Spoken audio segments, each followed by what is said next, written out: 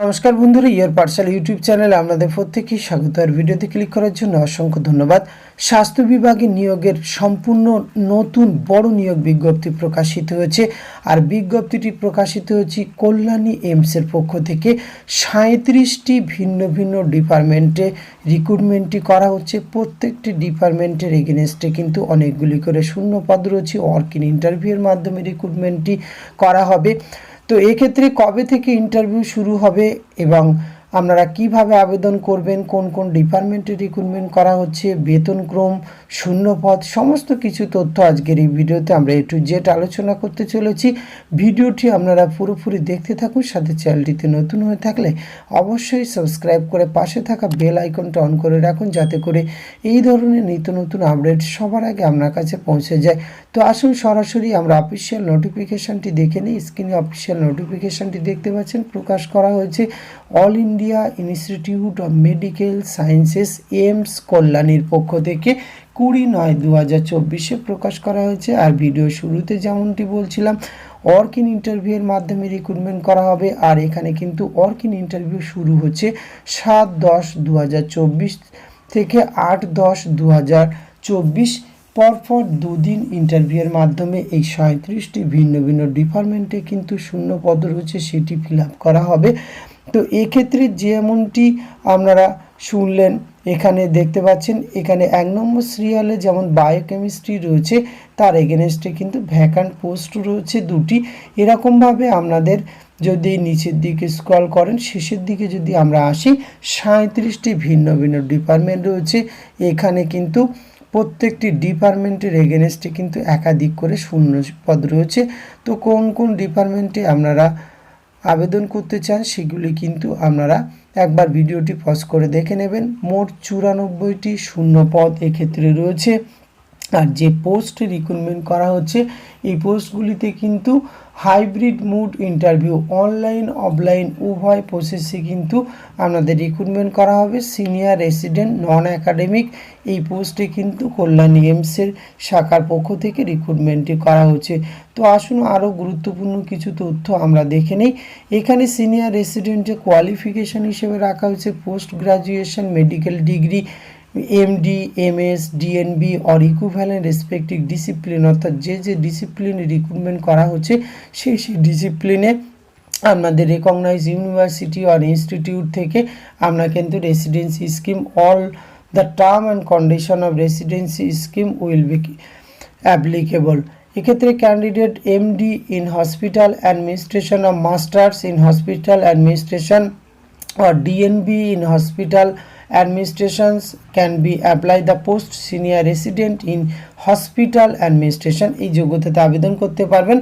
আর senior যে demonstrator, সেক্ষেত্রে কিন্তু আপনাদের non medical candidate for pre clinic subject only, the candidate should process MSc M Biotech degree in the subject concerned and PhD in subject concerned এই যোগ্যতাতে আপনারা কিন্তু আবেদন করতে পারবেন।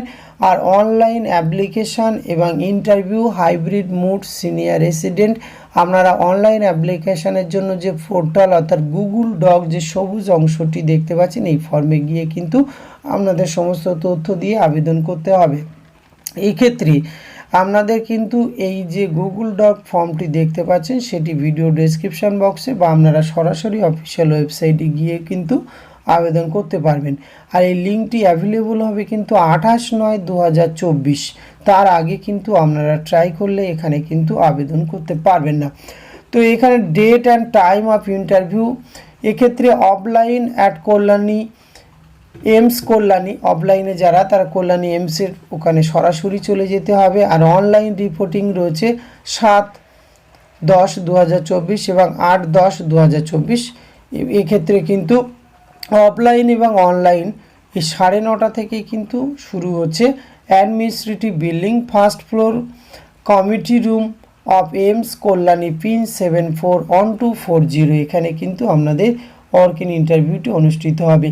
তো পে স্কেলের বিষয়ে আসি। এখানে সিনিয়র রেসিডেন্ট পে স্কেল রয়েছে কিন্তু 15,600 টাকা থেকে 39,100 টাকা প্লাস জিপি 6,600 টাকা, সেটি কিন্তু সেন্ট্রাল সিপিসি অর্থাৎ 6 সিপিসি অনুযায়ী আপনারা কিন্তু পেয়ে যাবেন। Level 11 of pay matrix of the 7 central pay commission plus NPA for medical graduates, এই কোয়ালিফিকেশানগুলির জন্য আপনারা কিন্তু ভিন্ন ভিন্ন বেতনক্রম এক্ষেত্রে পেয়ে যাবেন। ভালো মানের বেতনের সপ্তম পে কমিশন অনুযায়ী আপনারা পেয়ে যাচ্ছেন।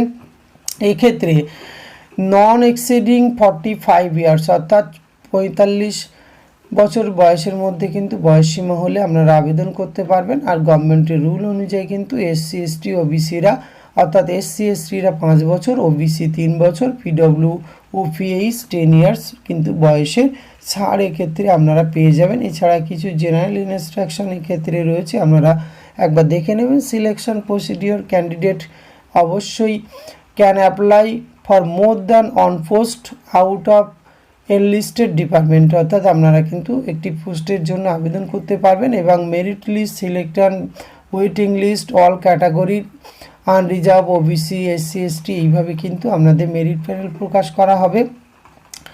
এক্ষেত্রে কিন্তু কোয়ালিফিকেশান, এক্সপিরিয়েন্স, এজ এক্সেট্রা এই সমস্ত দেখে কিন্তু আপনাদের এই মেরিট প্যানেলটি প্রকাশ করা হবে। ফাইনাল রেজাল্ট ডিসপ্লে করা হবে www.aims-kolani.edu.in এই অফিসিয়াল ওয়েবসাইটে এসে।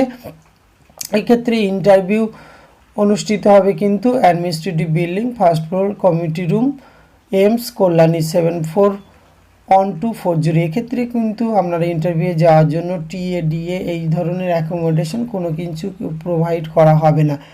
এক্ষেত্রে আপনাদের একটি অ্যাপ্লিকেশন ফিস লাগবে। অ্যাপ্লিকেশন ফিসটি একটু বেশি রয়েছে, 1000 টাকা কিন্তু আপনাদের অ্যাপ্লিকেশন ফিস রয়েছে।